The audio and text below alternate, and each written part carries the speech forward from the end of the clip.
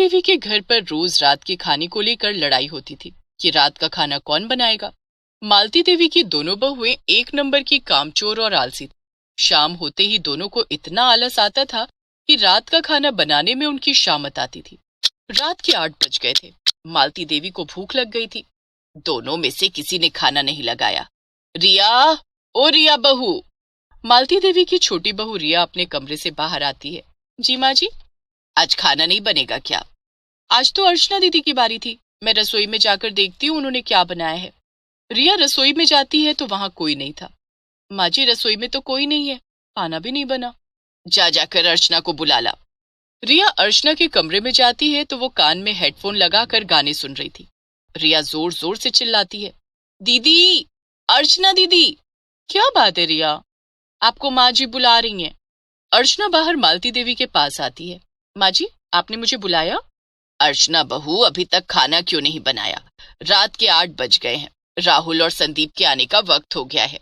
माँ जी, रात का खाना मैं क्यों बनाऊं? कल रात का खाना मैंने बनाया था, तो आज रात का खाना रिया बनाएगी ना। मैं रात का खाना क्यों बनाऊंगी? मैंने सुबह का नाश्ता और दोपहर का खाना भी बनाया था। मैं बहुत थक गई हूँ, मैं तो अपने कमरे में आराम करने जा रही हूँ। माँ जी, रोज रोज रात का खाना मैं नहीं बनाऊंगी। आप एक काम कीजिए, पूरे महीने का एक चार्ट बना दीजिए कि कौन कौन कब कब खाना बनाएगा। 5 लोगों के परिवार में अब खाना बनाने के लिए चार्ट बनाना पड़ेगा। माँ जी, मैं संदीप जी को फोन करके बोल देती हूँ कि वो खाना बाहर से ले आए। अर्चना अपने पति संदीप को फोन करती है। संदीप जी, आज आप सबके लिए बाहर से खाना पैक करा कर ले आइए। मैं खाना बाहर से ले तो आऊंगा, लेकिन लेट हो जाएगा। अभी मैं ऑफिस से निकला हूं, अब खाना पैक कराने होटल जाऊंगा तो मुझे घर आने में 10 बज जाएंगे। कोई बात नहीं, 10 बज जाए तो बज जाए, लेकिन मैं तो खाना नहीं बनाने वाली। संदीप सबके लिए खाना पैक कराकर रात के 10 बजे घर आता है। भूख के मारे मालती देवी की आंतें कुलबुला रही थी। वो तो खाने पर टूट पड़ती हैं। माँ जी, थोड़ा इंतजार तो कर लेती, मैं सबके लिए खाना परोस ही रही थी। बहू, मैं रात के 8 बजे से खाने का इंतजार कर रही हूँ, अब मुझसे नहीं रहा जा रहा था। बाकी लोग भी खाना खाकर सोने चले जाते हैं। दूसरे दिन अर्चना ने सुबह और दोपहर का खाना बनाया। शाम होने वाली थी। आज सुबह और दोपहर का खाना दीदी ने बनाया है। रात का खाना बनाने की जिम्मेदारी मुझ पर आ जाएगी। मैं अपना फेवरेट टीवी सीरियल नहीं छोड़ने वाली। रिया ने अपने दाहिने हाथ की उंगली पर पट्टी बांध ली और उस पर लाल रंग लगा लिया। अर्चना ने रिया की उंगली देखी। ये तुम्हारी उंगली को क्या हो गया रिया? सुबह तक तो तुम्हारी उंगली बिल्कुल ठीक थी। देखो ना दीदी, आज शाम बाथरूम के दरवाजे से मेरी उंगली कुचल गई। बहुत दर्द हो रहा है। अब रात का खाना कौन बनाएगा? आपको ही बनाना पड़ेगा दीदी। मैंने आज सुबह और दोपहर का खाना बनाया है, मैं रात का खाना नहीं बनाऊंगी। तभी अर्चना के पास संदीप का फोन आता है। हेलो अर्चना, आज मेरे कुछ दोस्त रात के खाने पर घर आ रहे हैं, तुम कुछ अच्छा सा बना लेना। संदीप फोन रख देता है। दोस्तों को भी आज ही आना था। अब अर्चना को सबके लिए अकेले ही पकवान बनाने पड़ते हैं। रिया रसोई में आकर कहती है, दीदी, आज तो आपने बड़ा अच्छा खाना बनाया है, बड़ी अच्छी खुशबू आ रही है। रिया गाजर के हलवे की तरफ हाथ बढ़ाती है। अभी खाने को हाथ मत लगाना रिया, पहले सारे गेस्ट खा लेंगे, उसके बाद किसी को खाने को मिलेगा। ये क्या दीदी, जब मैं खाना बनाती हूँ तब तो मैं ऐसा नहीं करती। अर्चना गुस्से में वहां से चली जाती है। थोड़ी देर बाद जब संदीप अपने दोस्तों के साथ घर आता है तब, संदीप, आज आप रात के खाने का हिसाब कर ही दो कि कौन रात का खाना बनाएगा। मैं तो आज के बाद रात में रसोई में नहीं जाने वाली। हाँ तो मैं भी रात में रसोई में नहीं जाने वाली। रिया, ये सब क्या है? घर में मेहमान आए हैं और तुम हो कि झगड़ा कर रही हो? राहुल रिया को चुप कराता है। अर्चना टेबल पर सबके लिए खाना लगाती है। वाह भाभी जी, क्या खाना बनाया आपने, मजा आ गया। हाँ, ऐसा लग रहा है जैसे किसी रेस्टोरेंट में बैठकर खाना खा रहे हैं। पनीर की सब्जी और मिलेगी भाभी जी। हाँ लीजिए ना भाई साहब। अर्चना सबको खाना खिलाती है। सारे मेहमान खाना खाकर चले जाते हैं। फिर घर की औरतें खाना खाने बैठती हैं। संदीप जी, आपने रात के खाने का क्या सोचा है? बेटा, रात का खाना बनाने के लिए काम वाली रख ले। मैं रोज रोज की किचकिच से तंग आ गई हूँ। कम से कम वक्त पर 2 रोटी तो मिलेगी। ठीक है माँ। संदीप रात का खाना बनाने के लिए काम वाली को बुलाता है। 5 लोगों के हिसाब से 1 महीने का 10,000 रुपया लगेगा। 10,000 रुपए? ये तो बहुत ज्यादा है। इससे कम नहीं होगा साहब। दाल सब्जी रोटी सब बनानी पड़ेगी। 5 लोग हो तो 20 रोटियां तो बनानी पड़ेंगी। रख लेते हैं भैया, महीने के 5,000 आप दे देना और 5,000 मैं दे दूंगा। ठीक है राहुल। काम वाली रख ली जाती है, लेकिन पहले ही दिन से उसने अपने रंग दिखाने शुरू कर दिए। वो 8 बजे रात में काम पर आई। मंजू, तुझे 6 बजे आने के लिए कहा था, तू 2 घंटे लेट क्यों आई? मालकिन, मेरे बेटे की तबीयत खराब हो गई है, उसे लेकर डॉक्टर के पास गई थी, इसलिए लेट हो गई, कल से मैं टाइम पर आएगी। ऐसा कहकर वो रसोई में चली गई। 1 घंटे में उसने खाना बना लिया। जाते समय उसने मालती देवी से एडवांस रुपए मांगे। मालकिन, मुझे 5,000 रुपए एडवांस दे दो, बाकी के 5,000 आप महीने के अंत में दे देना। लेकिन आज तो तेरा पहला ही दिन है, मैंने बताया था कि मेरे बेटे की तबीयत बहुत खराब है, उसके इलाज के लिए पैसे मांग रही हूँ। मालती देवी अपने बड़े बेटे संदीप से पैसे मांगकर मंजू को दे देती है, लेकिन पैसे लेकर वो 3 दिन काम पर नहीं आती है। तीनों दिन खाना बनाने के लिए दोनों बहुओं में फिर से झगड़ा होने लगता है। मैंने कह दिया ना, मैं रात को रसोई में नहीं जाऊंगी। मैं भी रात को रसोई में नहीं जाऊंगी। आप दोनों शांत हो जाओ, मैं खाना बाहर से मंगा देता हूँ। राहुल, मेरे लिए पनीर चिली और नूडल्स मंगा देना। मेरे लिए कढ़ाई पनीर और नान मंगा देना। राहुल सबके लिए उनका मनपसंद खाना मंगाता है, लेकिन उसके काफी पैसे खर्च हो जाते हैं। आज तो बहुत पैसे लग गए, रात का खाना बहुत महंगा पड़ रहा है। काम वाली को 10,000 रुपए देने के बाद भी बाहर से खाना मंगाना पड़ रहा है। तुम दोनों चिंता मत करो, कल से रात का खाना मैं बनाऊंगी। 2 दिन तक रात को मालती देवी रसोई में जाकर सबके लिए खाना बनाती हैं। तीसरे दिन जब मंजू काम पर आती है, मंजू, तू 3 दिन क्यों नहीं आई? मालकिन, मेरे बेटे को अस्पताल में भर्ती करना पड़ा, मैं 3 दिन से अस्पताल में थी, तो काम पर कैसे आती? उस दिन मंजू ने खाना बनाया तो सबने राहत की सांस ली। थैंक गॉड कि मंजू काम पर आ गई। लेकिन मंजू कुछ दिन काम पर आने के बाद फिर गायब हो जाती है। उसके न आने पर रात को रसोई में कोई नहीं जाता। मालती देवी को ही रात का खाना बनाना पड़ता। इस तरह मंजू महीने के 15 दिन छुट्टियों पर ही रही और महीने के आखिर में आकर वो पूरे पैसे भी ले गए। ये सब कुछ देखकर संदीप, राहुल और मालती देवी ने कुछ डिसाइड किया। दूसरे दिन मंजू काम पर नहीं आई। माँ जी, आज मंजू क्यों नहीं आई? उसे मैंने काम से निकाल दिया है। माँ जी, आपने मंजू को काम से निकाल दिया तो रात का खाना कौन बनाएगा? उसी समय संदीप और राहुल ऑफिस से घर आ जाते हैं। अरे, आप दोनों इतनी जल्दी घर आ गए? अभी तो शाम के 6 बजे है। हाँ, अब से हम दोनों जल्दी ही घर आएंगे। इतना कहकर दोनों भाई रसोई में चले जाते हैं। संदीप सबके लिए चाय बनाने लगता है और राहुल सब्जी काट रहा होता है। चाय बनाने के बाद संदीप सबको चाय देता है। भैया, ये चाय आपने बनाई है? हाँ रिया। राहुल कहाँ है? वो रसोई में है। रिया और अर्चना दोनों रसोई में जाती हैं तो देखती हैं कि राहुल सब्जी बना रहा होता है। राहुल, ये आप क्या कर रहे हैं? सब्जी बना रहा हूँ। लेकिन सब्जी आप क्यों बना रहे हैं? तो कौन बनाएगा? मंजू को आप लोगों ने काम से क्यों हटा दिया? तभी संदीप वहां आ जाता है। मंजू महीने में 15 दिन काम पर आकर महीने के पूरे 10,000 रुपए ले गई। बाकी के 15 दिन हमने बाहर से खाना मंगाया, या फिर माँ ने खाना बनाया, या फिर माँ ने खाना मंगाया। हम इतने पैसे बर्बाद नहीं कर सकते, और ना ही बुढ़ापे में माँ से काम करवा सकते हैं। इसलिए हम दोनों भाइयों ने ये डिसाइड किया है कि अब से रोज हम ऑफिस से जल्दी घर आएंगे और रात का खाना हम दोनों मिलकर बनाएंगे। लेकिन इससे आप लोगों की जॉब पर इफेक्ट पड़ेगा। हाँ, इस तरह रोज रोज आप लोग ऑफिस से जल्दी घर आएंगे, ये ठीक नहीं है। कुछ तो करना पड़ेगा रिया, या तो हम लोग नौकरी कर लें या रात का खाना बना लें। तो हमने रात की रसोई की जिम्मेदारी उठाने की सोची है। आखिर माँ को वक्त पर खाना देना हम भाइयों की ही जिम्मेदारी है। नहीं संदीप, हमें माफ कर दीजिए। आप दोनों ने हमारी आंखें खोल दी। ये जिम्मेदारी हमारी है जिसे हम भूल गए थे। आप दोनों कमरे में जाकर आराम कीजिए। आज से रात का खाना मैं बनाऊंगी। नहीं दीदी, आप अकेले खाना नहीं बनाएंगी, मैं आपकी मदद करूंगी। उस दिन से दोनों बहुएं मिलकर रात का खाना बनाने लगी और मालती देवी के परिवार में रात की रसोई का झगड़ा खत्म हो गया।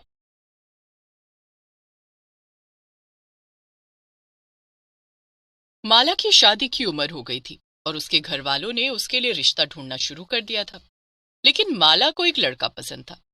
माला अपने घर पर जब उस लड़के के बारे में बताती है तो सब हंसी खुशी राजी हो जाते हैं। मगर माला की होने वाली सास बहुत कंजूस मक्खी चूस किस्म की थी। इस बात से अनजान माला अपने ससुराल पहुंच जाती है। आइए देखते हैं फिर कैसे होती है कंजूस सास की रसोई। मम्मी, पापा, मुझे आप दोनों से कुछ कहना है। हाँ हाँ, बोलो ना माला, क्या बात है? मम्मी, मुझे ना एक लड़का पसंद है और मैं उसी से शादी करना चाहती हूँ, तो आप लोग मेरे लिए रिश्ता ढूंढना बंद कर दीजिए। माला को लगा था उसके माता पिता ये सुनकर गुस्सा हो जाएंगे, लेकिन इसका एकदम उल्टा होता है। अरे माला बेटा, अगर ऐसी ही बात थी तो तुझे हमें पहले ही बता देना चाहिए था। हम लोगों को तेरी पसंद पर पूरा विश्वास है। वैसे उस लड़के का नाम क्या है? पापा, लड़के का नाम मोहन है। वो यहीं पास के एक मोहल्ले में रहता है और बैंक में नौकरी करता है। तो क्या आप लोग मेरे रिश्ते की बात करने उसके घर जाएंगे? जरूर बेटा, पहले हम उसके घर के बारे में थोड़ा पता करेंगे और फिर हम खुद वहां रिश्ते की बात करने जाएंगे। तू बिल्कुल चिंता मत कर। ये सुनकर माला बहुत खुश हो जाती है। उसे तो यकीन ही नहीं हो रहा था कि आखिर उसकी शादी मोहन से होने वाली थी। लेकिन कुछ दिन में जब माला के मम्मी पापा अपने जानने वाले लोगों से मोहन के घर के बारे में पता लगवाते हैं तो वो थोड़ा परेशान हो जाते हैं। मम्मी, पापा, क्या हुआ? कोई बात है क्या? आप लोग इतने परेशान क्यों लग रहे हैं? बेटा माला, हमने मोहन के घर वालों के बारे में पता किया और हमें एक अजीब बात पता चली है। क्या? वो क्या मम्मी? हमने सुना है कि मोहन की माँ बहुत कंजूस है। उनकी कंजूसी के किस्से तो पूरे शहर में मशहूर हैं। भला तू वहां कैसे रह पाएगी बेटा? ये सुनकर माला निराश हो जाती है। देखो बेटा, हम तुम्हें मना नहीं कर रहे। शादी करने का फैसला तुम्हारा है। अगर तुम अभी भी यही चाहती हो कि हम वहां रिश्ते की बात लेकर जाएं, तो हम चले जाएंगे। लेकिन हमारे ख्याल से तो ये तुम्हारे लिए ठीक नहीं। पापा मम्मी, आप दोनों चिंता मत करिए। कंजूस होना कोई गलत बात थोड़ी है। मैं सब संभाल लूंगी। लेकिन मुझे शादी तो सिर्फ मोहन से ही करनी है। उसकी माँ की कंजूसी से मुझे क्या करना? माला के मम्मी पापा फिर कुछ नहीं कहते हैं और अगले ही दिन जाकर माला के रिश्ते की बात कराते हैं। कुछ ही दिनों में माला और मोहन की शादी भी हो जाती है और माला अपने ससुराल चली जाती है। शादी के अगले दिन सुबह सुबह माला उठती है और सोचती है, आज ससुराल में मेरा पहला दिन है। सबसे पहले सबको बढ़िया चाय बनाकर पिलाती हूँ और कुछ अच्छा सा नाश्ता खिलाती हूँ। उसके बाद घर की पहली रसोई में दोपहर में खीर और अच्छा अच्छा खाना बनाऊंगी। लेकिन जैसे ही माला किचन की तरफ बढ़ती है, उसकी सास उसे रोक देती है। अरे अरे, क्या हुआ बहू? किचन में क्या करने जा रही हो? वो माँ जी, वो सबके लिए कुछ चाय नाश्ता बनाने जा रही थी। चाय का सुनकर माला की सास सुमन हड़बड़ा जाती है और उससे कहती है, अरे नहीं नहीं बहू, हम सुबह सुबह चाय नहीं पीते। अरे तुम्हें पता भी है चाय पीने से कैंसर हो जाता है। तुम तो एक काम करो, पानी गर्म कर दो। ये सुनकर माला तो हैरान ही रह जाती है। क्या? पानी? हाँ, सुबह सुबह गरम गरम पानी पीना सेहत के लिए अच्छा होता है ना। तो सबके लिए पानी गरम कर दो। और कल शादी में बहुत सी रोटियां बच गई थी, उन्हें गरम कर दो, हम सब अचार से खा लेंगे। क्या? सच में? हाँ और क्या। भला उन सब रोटियों को बर्बाद थोड़ी करना है। इसीलिए तो मैं उन सबको घर ले आई थी। जाओ सबके लिए नाश्ता तैयार करो, जैसा मैंने कहा है ठीक वैसे ही। माला चुपचाप किचन में चली जाती है और पानी गर्म करने लगती है। इसके बाद वो रोटियां गर्म करती है और जाकर डाइनिंग टेबल पर रख देती है। सभी लोग बिना कुछ बोले वही नाश्ता करने लगते हैं, इसलिए माला को भी करना पड़ता है। नाश्ते के बाद माला अपने कमरे में जाती है और सोचने लगती है, कितना अजीब परिवार है। कैसी सास है मेरी। भला अपनी बहू को ससुराल में पहले दिन कोई बासी रोटी और गर्म पानी पिलाता है। हद हो गई। अब तो मैं अपनी पहली रसोई में क्या बनाऊंगी ये भी समझ नहीं आ रहा। माला जाकर अपनी सास से ही पूछ लेती है, माँ जी, आज मेरी पहली रसोई है ससुराल में, तो खाना क्या बनाऊं? सास ये सुनकर सोच में पड़ जाती है। अगर अब ये खाना बनाने गई तो बड़ा सामान बर्बाद कर देगी, काफी नुकसान हो जाएगा। एक काम करती हूँ, इसे मना कर देती हूँ। क्या हुआ माँ जी, क्या सोचने लगी? बताइए ना क्या बनाऊं? अरे माला, रहने दे। ये सब हमारे यहाँ नहीं होता। और वैसे भी तूने सुबह पानी गर्म किया तो था ना, उसी को पहली रसोई मान ले। आज खाना मैं बना दूंगी, तू जाकर आराम कर। हाँ, अच्छा, ठीक है माँ जी। माला जाकर सो जाती है। जब वो दोपहर के खाने के लिए उठती है और जाकर देखती है तो दंग रह जाती है।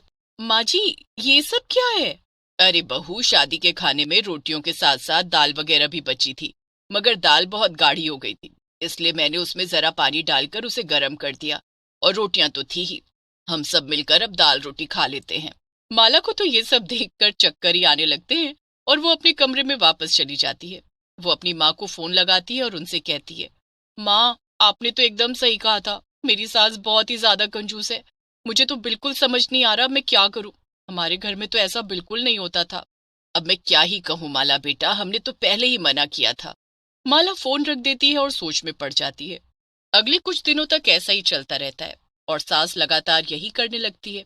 वो कभी घर में सबको बासी खाना खिलाने लगती, तो कभी बिना नमक शक्कर का खाना बनाती, जिससे पैसे कम खर्च होते।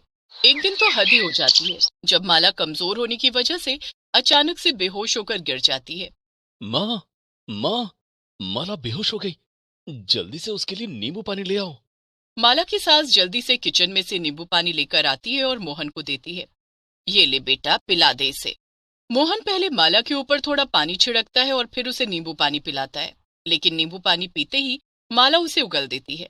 छी, ये कैसा नींबू पानी है? न इसमें चीनी है न नमक। क्या? हाँ बेटा, वो मैंने सोचा सिर्फ नींबू डालूंगी तो फायदा होगा, इससे चीनी नमक भी बच गया। ये सुनकर मोहन को बहुत गुस्सा आता है, लेकिन वो कुछ कहता इससे पहले ही माला बोल देती है, मोहन रहने दो, कुछ मत कहो। माँ जी, मुझे कुछ दिन के लिए अपने मायके वापस जाना है, क्या मैं जा सकती हूँ? ये सुनकर सास खुश हो जाती है, बहू जा रही थी, इसका मतलब खाने पीने में और बचत। हाँ हाँ, क्यों नहीं, जाओ बहू, और जब तक तुम्हारा मन करे अपने मायके में मजे करना। इसके बाद माला अपने मायके आ जाती है। उसे देखकर उसके मम्मी पापा खुश तो बहुत होते हैं, लेकिन सबसे पहले उसकी माँ यही कहती है कि माला कितनी दुबली हो गई है। माला, ये तूने अपना क्या हाल कर रखा है? क्या तुझे अपने ससुराल में खाना नहीं मिलता? हाँ बेटा, तू कितनी दुबली हो गई है। अब मैं क्या बताऊं मम्मी पापा, मेरी सास इतनी कंजूस है कि मुझे तो समझ ही नहीं आता मैं क्या करूं। अरे बेटा चल, पहले मैं तुझे खाना खिलाती हूँ। हाँ बेटा, और मैं बाजार से तेरी मनपसंद मिठाई लेकर आता हूँ। माला के मम्मी पापा उसकी खूब सेवा करते हैं और उसे खिलाते पिलाते हैं। शाम को माला अपने ससुराल जाने के लिए फिर से तैयार हो जाती है। अरे माला, इतनी भी जल्दी क्या है जाने की, थोड़ा रुक जाओ। नहीं माँ, मैंने सोच लिया है, अब मुझे वापस जाना है और अपनी सास को सुधारना है। अब बहुत हो गया, क्योंकि अगर ऐसे ही चलता रहा तो आगे मेरे बच्चों का क्या होगा? सही कह रही है तू माला, पर तू करेगी क्या? देखती जाओ माँ, कुछ दिन में अपने आप पता चल जाएगा। इतना कहकर माला अपने ससुराल वापस पहुंच जाती है। अरे बहू, तू तो बड़ी जल्दी वापस घर आ गई, क्या बात है? माँ जी, मैं क्या सोच रही हूँ, क्यों ना हम कल घर में सत्यनारायण भगवान की कथा रखें। भगवान के काम में सास भी मना नहीं कर पाती और अपनी बहू से कहती है, अरे वाह, ये तो बहुत अच्छी बात है बहू, लेकिन ध्यान रहे ज्यादा खर्चा मत कर देना। हाँ हाँ ठीक है माँ जी, आप बिल्कुल चिंता मत करिए, मैं सब संभाल लूंगी। अगले दिन सुबह उठकर सास देखती है कि घर में अभी तक कथा की कोई तैयारी नहीं हुई थी।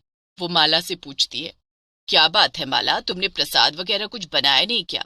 अरे नहीं माँ जी, ये आप कैसी बातें कर रही हैं, उससे तो बड़ा खर्चा हो जाएगा ना। मैं अभी एक काम करूंगी, मोहल्ले में जाकर के सभी को कथा का न्योता दे आऊंगी और सबसे कहूंगी कि अपने घर से थोड़ा थोड़ा सामान ले आए, जैसे आटा, चीनी, मेवा, दही। और फिर जब सब आ जाएंगे तो हम उसी सामान से प्रसाद बना लेंगे। इससे हमारा तो बिल्कुल नुकसान होगा ही नहीं। ये सुनकर सास चौंक जाती है, ये तुम कैसी बात कर रही हो बहू, भला हम क्या कथा मांग मांग कर कराएंगे? तो क्या माँ जी, और मैं क्या कहती हूँ, हम थाली प्लेट इस्तेमाल करने की बजाय केले के पत्तल का इस्तेमाल करेंगे। उससे बर्तन धोने के साबुन की भी बचत होगी और पानी की भी, हमें बर्तन जो नहीं धुलने पड़ेंगे। तभी माला अपने मायके में फोन मिला देती है। हेलो, हाँ मम्मी, सुनो, आते वक्त जो ट्रैफिक सिग्नल के पास एक ढोंगी सा दिखने वाला बाबा बैठता है ना, उसे लेती आना। अरे वो दिखता तो पंडित जैसा ही है, तो हम लोग कथा उसी से करवा लेंगे। हाँ हाँ, इससे हमारी बहुत सारी दक्षिणा भी बचेगी। ये सब देखकर तो सास का सर ही चकरा जाता है और वो सब कुछ समझ जाती है जो माला उसे समझाना चाह रही थी। बस कर बहू, मैं सब समझ गई तू क्या कहना चाह रही है। रुक जा, बस कर, आज से रसोई तू ही संभालना, मैं बिल्कुल भी कंजूसी नहीं करूंगी, और आज कथा भी तू ही करा अच्छे से, मैं कुछ नहीं बोलूंगी। ये हुई ना बात माँ जी। इसके बाद माला बड़े अच्छे से कथा करवाती है और अगले दिन से घर की रसोई वही संभाल लेती है। अब माला के ससुराल में भी रोज अच्छा अच्छा खाना बनता था और सब खुशी से रहते थे। धीरे धीरे माला की कंजूस सास को भी अकल आने लगी कि पहले वो कितना गलत करती थी।